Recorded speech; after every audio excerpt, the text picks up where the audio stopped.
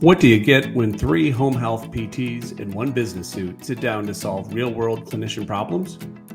Welcome to Home Health, Suit and Scrubs, the podcast where home health clinicians meet the business side of care. I'm Dan Haggerty, your resident suit, founder of Care in Motion and Chief Revenue Officer at In-Home Therapy. And I'm joined by the Scrubs, Brendan Kirby, Home Health PT, Lisa Thompson, Home Health PT and mind behind Home Health Chronicles, and Dan Catuccio, Home Health PT and social media personality for therapists everywhere. Before we dive in, don't forget to check out careinmotion.co, where you'll find our full podcast library, resources to help you thrive in the field, and a store full of clinician-approved products made specifically for home health pros like yourself. In this week's episode, we're flipping the script. Teresa Davis, a former home health speech therapist turned executive director of hospice for Accent Care in Chicago, joins us to talk about what it's like moving from patient care to leading a team. She shares what surprised her most, what clinicians should know about leadership, and why she believes more therapists should make the leap. Home Health, Suit and Scrubs. I'm your suit, Dan Haggerty. I'm here tonight with Brendan Kirby and Lisa Thompson. Good to see you guys. Good to be here. And I'm no scrub, but I am. Yeah, we had to Photoshop those scrubs on you. I think Dan Catuccio tonight, if I'm not mistaken, is on it's an anniversary dinner, right? Birthday. I think it's his wife's birthday. It's a birthday. So we figured this would not be a good time to bring him on, or he could be on the other end of our guest this evening. So really excited to welcome Bruce Asbury. Someone that I've gotten to know pretty closely over the years and has a career in protection. So Bruce, we've got a lot of questions that we have sourced from the Home Health Chronicles. Thank you, Lisa. All of the folks on her social media page. And tonight's episode is going to be all about protection in home health. So I thought maybe if you could take just a minute to introduce yourself, and then we can get into our 20 questions. Oh, great. Thanks for having me. Appreciate it. Yeah, so my background is started at the young age of 19 years old as a deputy sheriff down in Polk County, Florida. From there, I spent 5 years doing various road duties from ERT to a TFO or task force officer with the Marshal Service in violent crime and violent fugitive recovery. From there, I went to the private sector, which I've now been in for 25 years with the same company. Started off as Time Warner, then Bright House, and now Charter Communications or Spectrum. So if you guys have cable, you might have heard of us. So what I do there now is I head up a program called Risk Intelligence, but we also provide executive protection for our executives and some of our facilities and folks when we have issues that arise of a physical or volatile nature. It happens all across the country. Right now, we're currently in 41 states. We have 100,000 employees. And about 9,000 to 10,000 contractors working at any given time. So a lot of moving parts and a lot of balls in the air at one time. So keeps us busy. So happy to be here and give whatever knowledge I can to help the cause. Well, we have a lot of questions that have been submitted, and I'm going to save the best to the most fun for last. So definitely don't bail on us before question number 20. So I will get started with question number 1, and we've kind of grouped them into safety on the road and in the home, and then handling aggressive animals and people, self-defense, and then we get into emergency and reporting, and then the final bonus question. So are you ready, Bruce? I am ready. No lifelines, Bruce. This is all you. I'm sorry. Yeah, there's no phone a friend. You know what? I'm good. Good under pressure. All right. So question number 1, what are the most common safety risks you've seen for clinicians going into unfamiliar neighborhoods or patient homes? It's just that, the unfamiliarity. It's not becoming familiar with your surroundings and what's in front of you or what's coming in front of you. Sometimes the roads you take lead to deeper problems, right? So if you're in a situation and you don't know how to leave or how to get out, that's always problematic. Think about a smoke-filled house. If you don't know how to get out, you're not gonna, right? So at the end of the day is do your homework, right? I always say be prepared, don't be paranoid. Being educated is always the best policy. So map this stuff out, right? The resources of technology that we have today are so much better than they used to be back in the day when I was on the road, where we had map books where you had to flip 14 pages to get to the next street. Now it's all at your fingertips. So, taking the time to take a look at Google Maps, look at the environment, see where roads lead, know what the house looks like. You can a lot of times get a feel for a house off the internet, right? Sometimes Property Appraiser or Zillow will give you a feel of what the house looks like before you get there. So it's the education and familiarity would help a lot. To extend that a little bit, Bruce, I know I try to know the area because I kind of work in it, but what if unforeseen hazards, like they're doing road work or they're doing telecommunication work or other, you know what I mean? Like things that aren't predicted, they might show up on your map, they might not. Like how do you navigate those channels? So look at different programs that are out there. For instance, most people use Google Maps or Apple Maps, right? But there's another map program out there called Waze. Waze is what a lot of law enforcement professionals use because they have more live time, real time updates of those construction areas or things that might be happening. Again, simple searches of city or county sites of what delays could be happening today, what utility work is going on. They're always posted out there. It's just simply making that query to the internet to see it. So I've got a kind of a follow-up question for that is I do a lot of admission visits. So I am the first clinician going to this house, right? There's no warning signs. There's nobody that's been there before that can let me know, like, hey, there are these things you need to look out for. So is there something that I should be doing in prep? You're looking at the house, you're looking at, let's say Waze or Google Maps, but what about when I park and I'm pulling up to that house? Is there something like a red flaggy that I should be kind of have my spidey senses going? Yeah, you won't see it always on Google Maps, but there's two options that you have. One is you can always do a drive-by first, right? You're looking for things like junk cars in the front, a lot of not care taken for it in the front area. Sometimes there's a lot of debris around where it looks like it's unkept. A lot of times I get that, some of these folks are in dire situations that they don't have anyone to help them out. That's why they're getting the help. But with that comes the other side of the fence, right? Those unkept places are ones that generally have an element around there that it's because of that. The other thing is don't feel afraid to ever contact your local law enforcement agency through the non-emergency line. And you can ask the question and tell them, hey, I'm a clinician or I'm a therapist and I'm going here. Is there any calls for service at this address that I should be concerned about or in the neighborhood? They will absolutely share that information with you.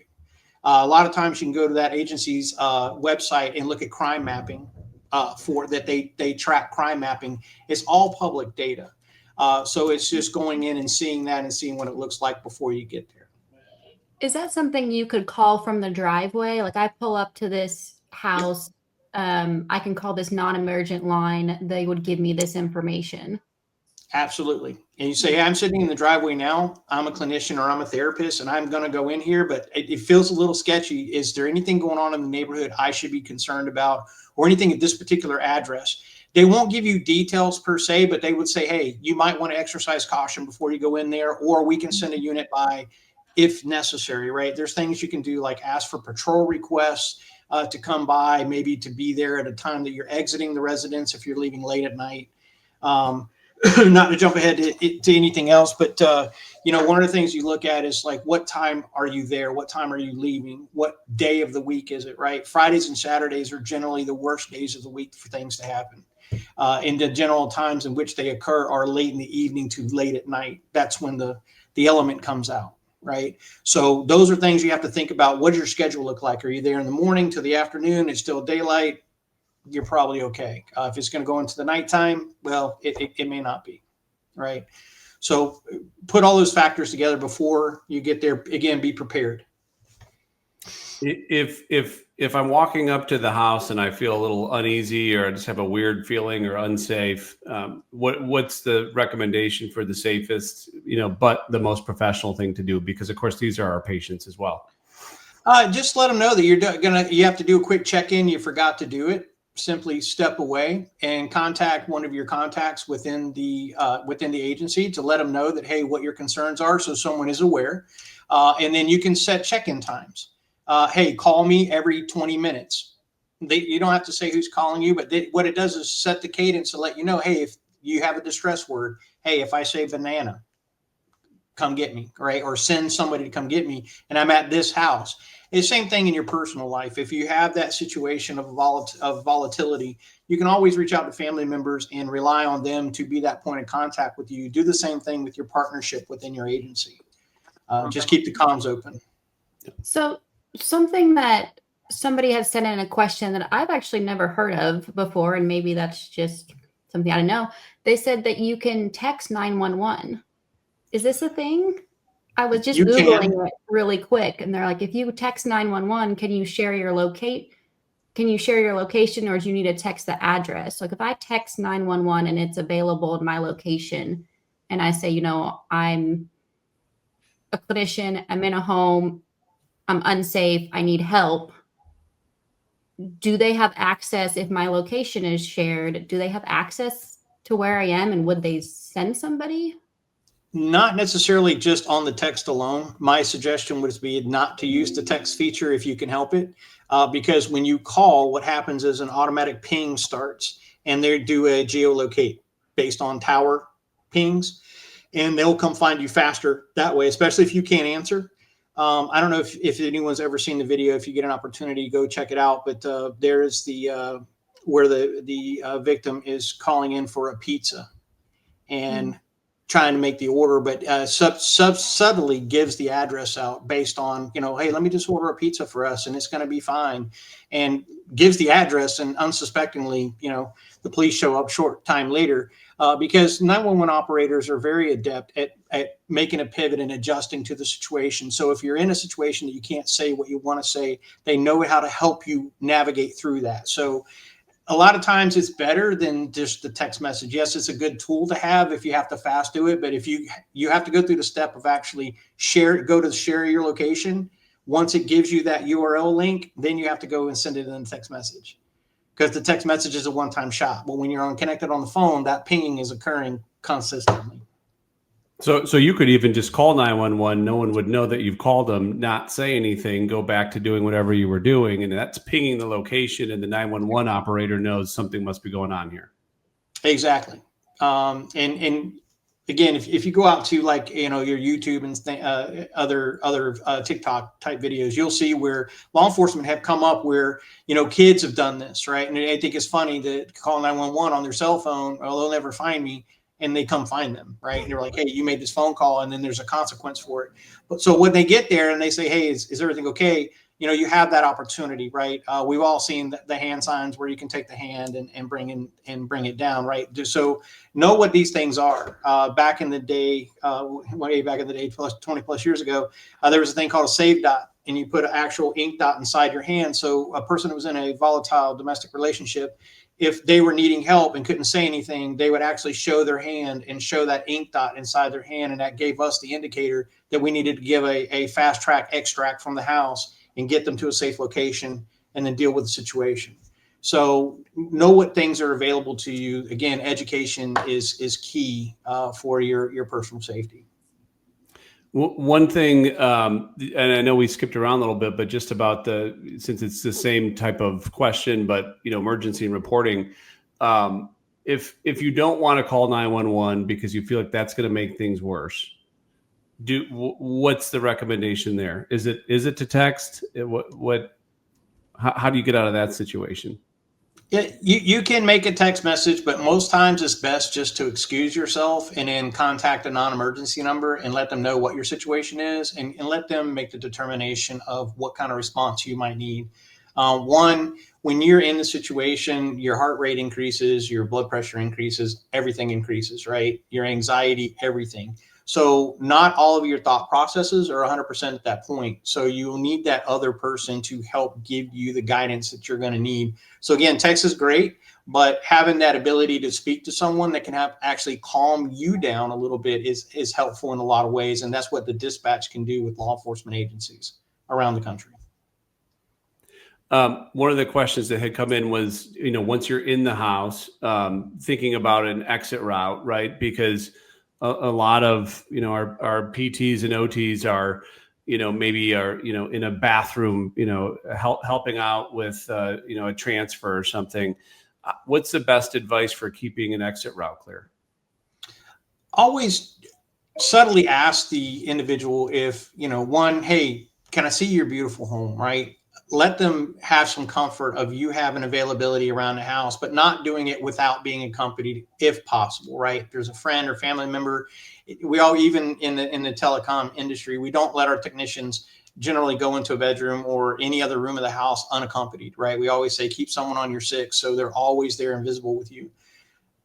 Have those routes in mind, just like driving a car. You never always want to take the same route home, especially if you're working in an area that is not your general area. Have other routes planned out.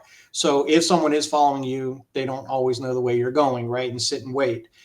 Same thing with a house. Hey, okay, I got to go down this hallway. Is there any way I can get someone to help me with this person in that piece of the transfer down this hallway? Because I'm not comfortable with that. Give yourself options. Don't limit yourself because of the thought of the job. Give yourself those options to exercise. And worst they can do is say no, because either way, if you didn't ask, you wouldn't be doing it anyway, right? So give yourself the option. Bruce, to go off that, I work in an area where a lot of people like to lock their door. So I come through the door, and then as soon as I walk in, they lock the door. Sometimes they leave the key in the door, right? Sometimes they take it and put it somewhere. Obviously, I'm observant throughout the entire process, trying to pay attention to where this thing is. God forbid I need it or never to get out. But there have been times where a normal door, the way you turn a knob is not the way that you turn this knob to open and things like that. So can you speak to that, and how do you think through that type of situation? So yeah, just again, when you get in there, start testing things out. And you made a great point, Brennan. When you're in there and you see that they take the key, be like, hey, you know what? I may have to go in and out to get to the car, and give the reason why it makes sense for them that you have to be able to have that quick egress. The other side is know where other exits can be, right? Not for not, just like behind you there, it looks like you got like a set of French doors. That's something that you can push your way out of if necessary, right? Can I get through there if I need to?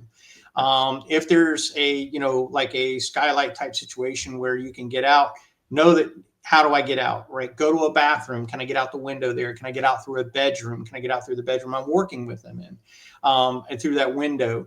What are my options, right? Keep them weighed out. Again, be prepared, not paranoid. Don't be paranoid something's going to happen, but be prepared that if it does, this is where I need to go and how I need to get there. If this is a blockade, I go over here. If this is my route, I go over there. So just keep that in mind. But again, give those reasons to them and have the conversation like, hey, you know what? I'm kind of forgetful. I use this in conversation a lot. I'm kind of forgetful, and I may have to make some trips. Are you okay if I just make sure that this stays open? That way it's a little bit easier for me to get in and out, and I can get back to you a little bit quicker. And really that puts a whole different spin on it. And most times it works very well. And I think to kind of go off that, the other one that I come across is sometimes I think I know who's in the home, but I don't know who's in the home, right? I'm going there to see one patient, but then, their grandson or great grandson is upstairs and they have the dog upstairs. And like, I don't know any unforeseen obstacles. Obviously, I can ask, but I mean, how would you approach those situations and how do you kind of navigate that? Yeah. So, and that's a great point, right? A lot of times it's not it's the uninvited guest, but it's the invited guest with questionable demeanors that is the problem, right? Those are things that you can do by simple questions. Oh, hey, I've not met you. Who are you? Engage them and then start to get that feel. And because if you don't, what'll happen is your mind and your brain will take you to a whole place that you don't want to be in because it creates a more uncomfortable situation. And that through alone, 80 to 90% of communication is nonverbal. The body language speaks volumes for people, and that will come out and it will create situations that was not necessarily there before. So educating yourself and getting to know people and using that through conversation and doing that through the client or the patient is a great way to do that. And just say, hey, is this your grandson? Oh, no, this is just a friend next door. Oh, does he come over often? Just the inquisitive questions of like, well, you ask a lot of questions. Yeah, you know what? That's what I do, because this is why I take care of people, because I ask a lot of questions, right? And we get to the answer to make you feel better. So again, it's just creating that rapport and engaging the people and having those conversations is a huge factor. So let's switch to aggressive animals and people. So this is actually one of the bigger things in home health that our clinicians encounter. If we show up and there's an aggressive dog on the property, what's the best way to handle it, and should it be reported? How do you handle that situation? Yeah. So first thing is, don't leave yourself physically available for the animal. When I say that, a lot of times when people are approached by the dog, the first thing they do is they put their hands out or they dangle their arms, where that is the appendage that the animal is going to go for first, right? They will go for what they can get their mouth around. Normally your leg is a little bit too big. They may go for an ankle, they may go for the wrist or the forearm. That's general bite contact points. So the best thing to do is keep your arms up, but not tucked on your body, but basically in more not like a fighting stance, but just a tucked stance, right? So they're not dangling down and available to the animal.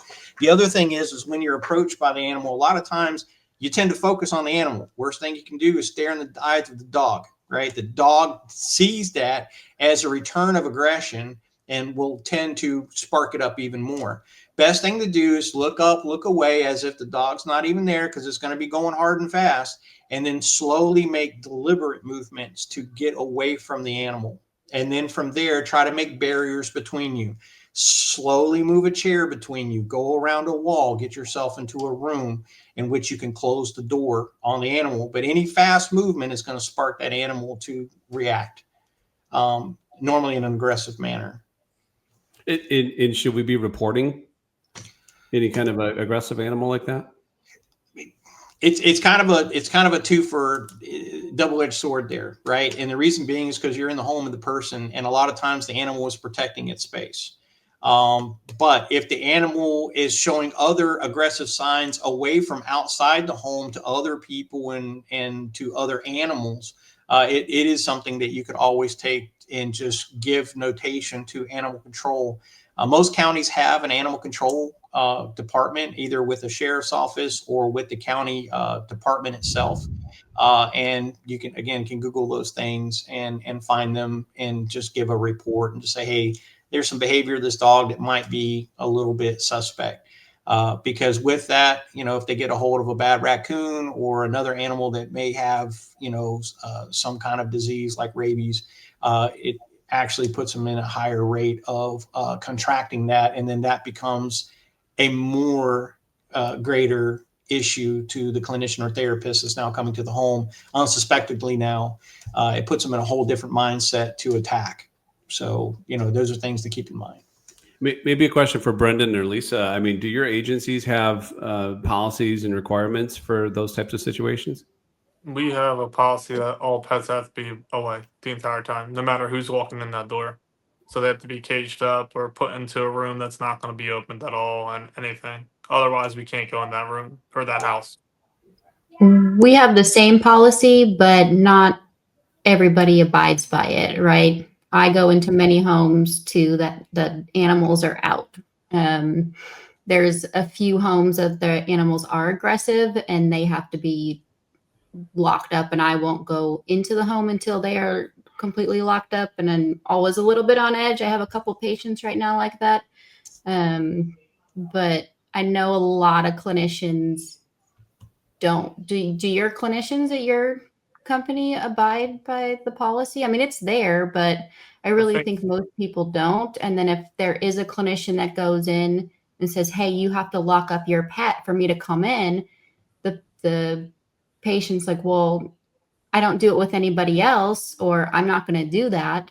But we also have the right as a clinician to say, well, then I'm not going to come into your home, right? So we do have those policies, but I don't think they're always followed. Yeah. I feel across the board it is variable, and unfortunately, it shouldn't be that way. You have the standard, and that's the standard. But people have cats or dogs or whatever animals, and they're like, "Oh, I'm comfortable," but you know, even the little Chihuahua dog can suddenly be protective, like you said in the past, Bruce, of their owner. We're doing a blood pressure cuff or something, and you get a nibble in the ankle or something from so it's like little things that people don't necessarily think about. Yes, they may seem harmless now, but as you're doing things or moving the patient themselves, that might cause other things. And I don't think everybody always thinks about that type of stuff. Yeah. Well, if someone gets bitten or attacked by a pet while they're on the job, Bruce, what kind of legal protections do they have? For the most part, just civil remedies for the bite. But if the dog has a past history of aggression and the owner's not done anything to rectify that, there could be criminal charges brought forth. And with that, again, you'd have to go through the animal control agency to get clarity. They would have records of the address and or animal, or should, if there's any kind of history there that you could use toward that. And again, if they're highly agitated animal or volatile, they'll have the records of that. And then, criminal charges can be brought if they've not taken the proper precautions to keep people protected. Yeah.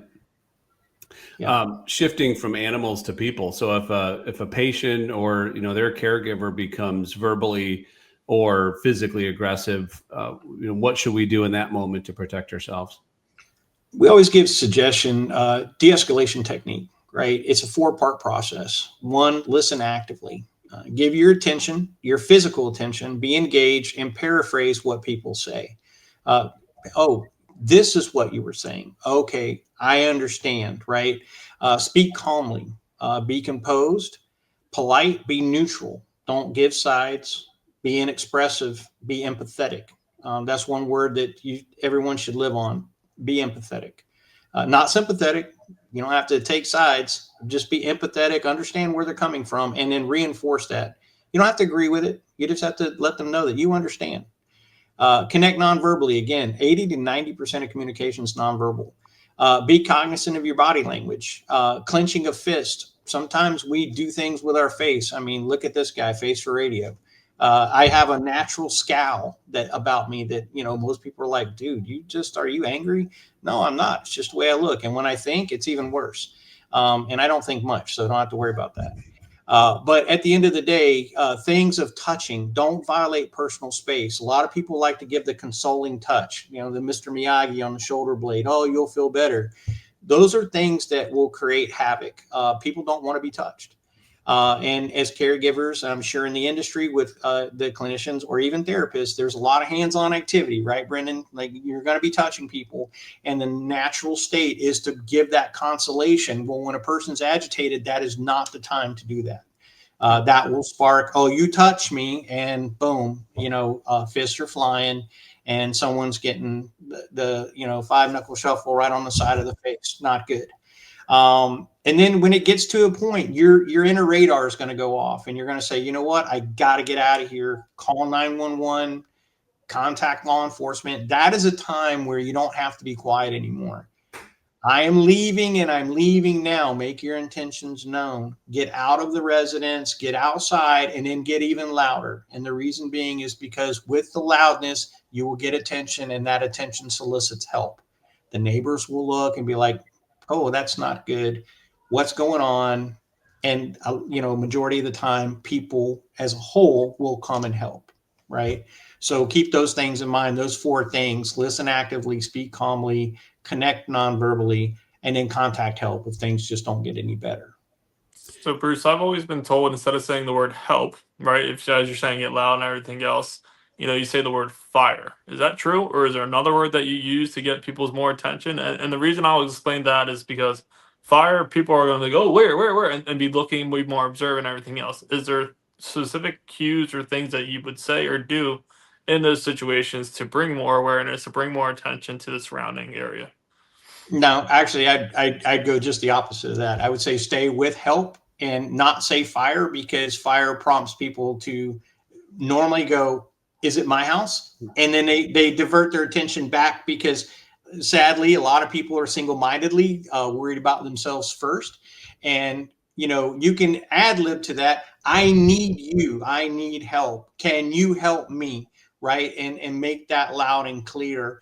And that gives the direction of I need you. Right. A lot of times, again, fire does incite panic. And then you start to look around and see where that is. So I would stick with the help, but give a little bit more direction of like, hey, I'm talking to you. I need you. Right. And connect with people that way. When we were kids, my three brothers and I, everyone did not want to have the job of waking up my dad when he had to get up for like second or third shift. He worked at a plant up in Detroit, and my mom would send us in there, and he would never wake up. And one of my brothers one time went in there and just started screaming, "Fire!" And my dad woke up, and my brother never did that again. Yeah. Good idea though, Brendan. If someone has to like physically defend themselves in a home, can they be held liable afterwards? No. And everybody should think about it not as being a clinician, not as being a therapist, but being a person, right? Every person has the inherent right to defend themselves and to protect themselves against harm. Now, realizing that you can only meet the force that's being placed upon you. So if you exceed that force, and not to use the term too much in jest, but if you mount this person and start giving them a ground and pound, you're kind of exceeded the force being met upon you, right? If you're dealing with a person that just likes to smack you a lot, and then you deliver them a backhand back, that's not gonna be good either. Now, if you get this uninvited guest or this invited guest with the demeanors that are not up to par, and they start to touch and grab and things like that, again, you can deflect that, get it away, and push back and get away from me. Now, once they start throwing blows, you have the right to defend yourself, again, up to the force that's being placed upon you. Once you go too far past that, that's when it becomes a problem, and law enforcement may look at it from a different light, right? But you do have a right to protect yourself.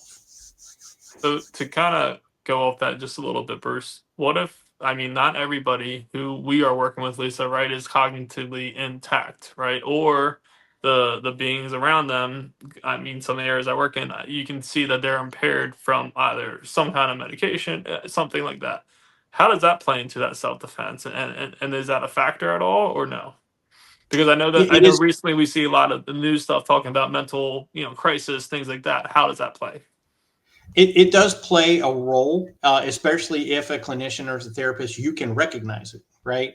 Me as a general person, even with my background, I can generally see that as well. So the expectation of my understanding of that should be into play, right? Okay, so if I know that you have this impairment or you have this, these medications that can be impairing you in this way, how do I do this, right? So it's going to be, all right, I need to leave myself a greater exit port than I would normally have in most situations. And if I do have to do that, it should be a quick physical interaction within an exit, right? It's always better to get away, right? Those of me, and you can see that I've earned all these gray hairs. I'm old now, and physical fighting is hard, and I don't recover from it the way I used to, so I don't do it, right? It's just smart not to do it. So whether you're young or old, just don't do it. If you can get away before it becomes a thing, but you need to be more cognizant that it can occur when you have those impairments in play than if they're not in play. Do you have any recommendations in terms of, different self-defense types of items? Can you carry going into a home? Can you bring pepper spray? What do you recommend there? You can carry pepper spray, walking sticks, med bags, anything can be whatever it is you want it to be, right? If you need to use it. Now, what I will say is that you need to be cautious. One, if you're going to carry pepper spray, you better be very cognitive of which way the wind's blowing, because it will back spray you, and it sucks for you as much as it does the person you're trying to spray. And if the wind's blowing hard enough, you might not even spray them at all. So same thing with animals, right? Be cognizant that, when you jet one in the face like a dog, most sprays are EPA rated at 1% oleum capsicum resin, which is the main agent in the spray. Most military and law enforcement grades are much higher than that. I don't recommend that if you have a friend that's in law enforcement, that if they give you an expired can of pepper spray, don't use that on dogs. It's highly volatile, and the olfactory of a dog is, of course, much more than that of a human. But at the end of the day, you can carry things like that, but you have to be prepared for what can happen if it's turned against you, right? And that's going to lead me into firearm. So I think it's everybody's question: can I carry a firearm? My suggestion to you is if you don't have the training, don't. The reason being is because they will take it from you and use it against you before you have an opportunity to use it against them. If you're not prepared to judiciously send one down range and put it on a person, don't do it, right? You can think about it all you want, but it's not something that you can take lightly about taking a life, because that's exactly what you're going to do with it. You can't use it to hurt someone. You can't use it to, well, I'm going to shoot him in the shoulder. No, you can't do that. You have to shoot for maximum effect. If you have to use lethal force, that's exactly what it's designed to do. It's not meant to hurt people or maim people. Don't do it. I would say don't do it. Yeah. Any personal safety tools or apps you'd recommend? Not so much the way of apps. I think the thing when you're in a situation, the last thing you want to do is pull that phone out, because that's irritation to a lot of people. What I will tell you is that there are a lot of sheriff's offices, a lot of law enforcement agencies around the country, and I've seen it. They offer self-defense classes. It's good to take those. Be familiar with what you can do. One of the things that I used to work on and teach is law enforcement defensive tactic techniques. That is basically Aikido. The great thing about Aikido, that discipline, it doesn't require heavy strength. It uses body redirection and manipulation to enact control, and then you can exit the situation. Again, you're not one to physically hold on or go toe to toe with people, but someone of a smaller stature can use certain techniques to control someone of a bigger stature, and then use that control to then temporarily incapacitate them enough to where they can exit and get to a safe area and get away from the issue. A lot of people are like, oh, I like judo. Judo's great. You got to kind of be strong. You got to be nimble, and you got to be quick. I'm not most of those. So I like to stick with Aikido, because I can be slow, I can be methodical, and I can be direct with what I need to do to make it work. Brendan, this sounds like something good for you. Oh, that's me. Ballet. I know, like your Apple Watch can call 911 with just, the press of a button. So that's also an option for clinicians in the home. If you're not able to take out your phone, right? I usually can press the button on my wrist. I know my son did it when I was at a restaurant and didn't know and called 911. And by the time I saw it, I hung up and they called me right back being like, hey, are you okay? Yep. So I know that works.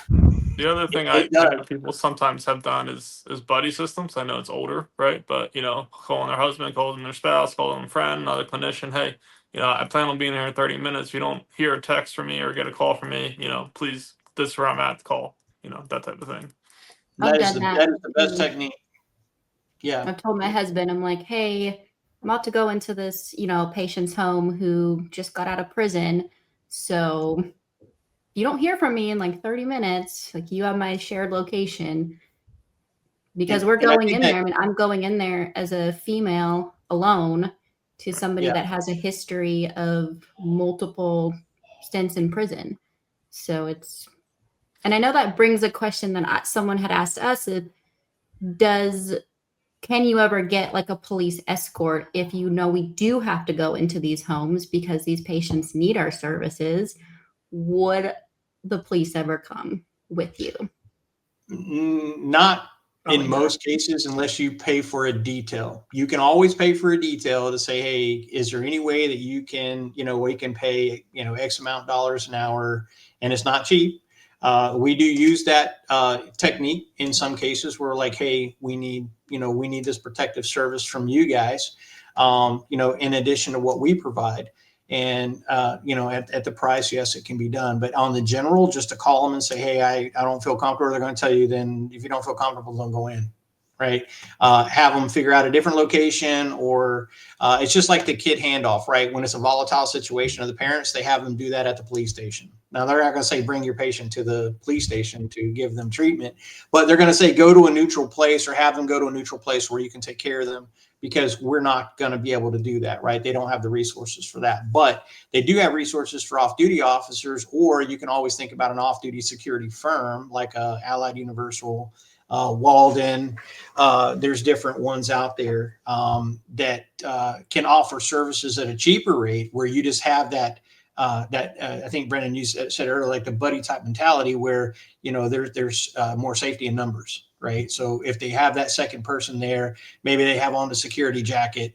That's in law enforcement terms, as a use of force continuum, presence is number one, right? The fact they show up in a uniform or uniform type situation, that's a first deterrent, right? And then they start to get into verbal commands and things of that nature. So you have that ability to do that, and a lot of times it's a cheaper version of having an actual armed law enforcement officer there, because they are unarmed, right? But they're just there to like give that deterrent. So that's always an option to think about. And I think, Bruce, you bring up a good point. I mean, obviously, resources are going to be limited sometimes financially, right? You can't always do all these things, right? So, buddy system, if you're a PT, call the OT, call a speech therapist. Hey, what time you going? And see if you can kind of go similar time or out in the same exact time. So now you're both going in together. You might be doing different things, but at least, you can interchange. And, I know for my company, we don't really co-treat too much, but I mean, at the same point in time, it's a strength in numbers thing. Maybe, the first person's there treating, the other person's just kind of present, documenting, whatever. But that's another thing I think for clinicians to think about is that they are concerned and they don't have these other options. Get another clinician to go with you. So the strength in numbers kind of thing. If you go into a house where you suspect, that some sort of a drug, meth obviously is one that comes to mind, but anything like that, any signs, any suggestions for those types of situations? Yeah, normally, you'll smell it. If it's not being cooked, if it's being smoked or cooked down to inject, you'll smell it. It's got a very distinct odor. Same thing with marijuana. In a lot of people's thoughts vary differently on that. But there are still some repercussions that occur from marijuana use, right? So there's a exposure of secondhand smoke to the clinician or therapist, which can be impactful to the way that they do their job. But also, when you start seeing things like meth or other things, a lot of times you'll see things are cut with fentanyl. And everybody knows what happens when you touch fentanyl, right? You're going down fast. And the only way to come out of that's with a Narcan hit. So at the end of the day, if you think that stuff's there, and if it's not a safe environment, you should leave. Contact law enforcement, give anonymous report that you believe that there is, that drug use happening in there, because it's doubtful that the patient or the client is using that. It's probably someone else in the home that's causing them endangerment, right? And the police are normally the best route to contact, because I know there's like elderly services and whatnot, but that's a civilian department, and law enforcement's going to be called if something's happening. So you're going to get a faster response and a better response by the initial contact with law enforcement, and then they'll gauge that civil remedy from there, right? They'll get a hold of that other department of elderly care for follow-up. So contact law enforcement and let that be it, and then use your PPE to the fullest extent. I'm just telling you, double glove, booties, everything you can put on, your mask, everything, even down to hair cover if you need it. I don't have that problem, but you don't want things just attaching to you that you can't beat off with a flaming torch. So if that stuff's there, it's all over the place, and you don't want to take a chance on touching it. And you just said something that is calling the police versus adult protective services or whatnot. So you recommend the police as sort of a first route, or only route, I guess, and then they would handle it. I suggest as far it that as way. like abuse might go, or anything of that nature. It could be abuse. It could be bad conditions of the home. They have the ability to make things move faster. If you call adult protective services, they're going to end up calling the police anyway, because not much things happen without, they have the enforcement power. And that's what's going to happen. So they normally have to wait on them to get there before they do anything anyway. So I don't want to say putting the cart before the horse, because you're actually putting the horse before the cart then. So that's just the way, I would suggest doing it. You get faster response that way. Yeah. Is this something you're calling 911 or the non-emergent number? If it's not like a medical emergency, the non-emergency number. If it's something because, they are like in bed sores and they're supposed to have another caretaker, intermittently dealing with them when you're not there, and they have created this situation for them, then 911 would probably be the way to go, because you're going to need to get medical treatment there quickly as well. And you can do both with 911. You're not going to get that through the non-emergency line. You're only going to get a police response and a non-emergency response at that. And Bruce, one more thing to go with the drug real quick. Alcohol. It's a drug that I don't think many people think about, but I've unfortunately come across where my patients are severely intoxicated, or I've come across, caregivers that are severely intoxicated. How do you approach or how do you deal with those situations? Try not to engage them if you can help it. If the caregiver is the one that's drinking, most times they're using that time as a break while you're there. But if they're engaging too much, then you're just going to have to exit the situation, because there's no way you're going to control it. It will spiral out of control very quickly. And you just have to let your client or patient know that, hey, until we have a little better situation here, I have to come back at another time. Right. And excuse yourself. Right. And you can use whatever means you need to do it, but don't stay there and try to tough it out, because I can assure you it's just, you're one half click away from something getting sideways. Makes sense. Good advice. All right. Drum roll. The two questions that I thought were the most fun, but getting out of tickets. So Bruce, if I put a sign in my car, home health clinician or home health PT or something in my parked car, can that help me get out of a parking ticket? No. Oh, come on. Come on. I'm not going to draw the hard line there. Look, a lot of it's going to have to do with where you're at, what area you're in. And, some of that can be helpful is, there's community outreach with law enforcement agencies. There's public information officers, and there's community contacts that you can create relationships with at the different agencies. And one that helps with your response when necessary in an area that you're in, whether it's your hometown area or if you're traveling.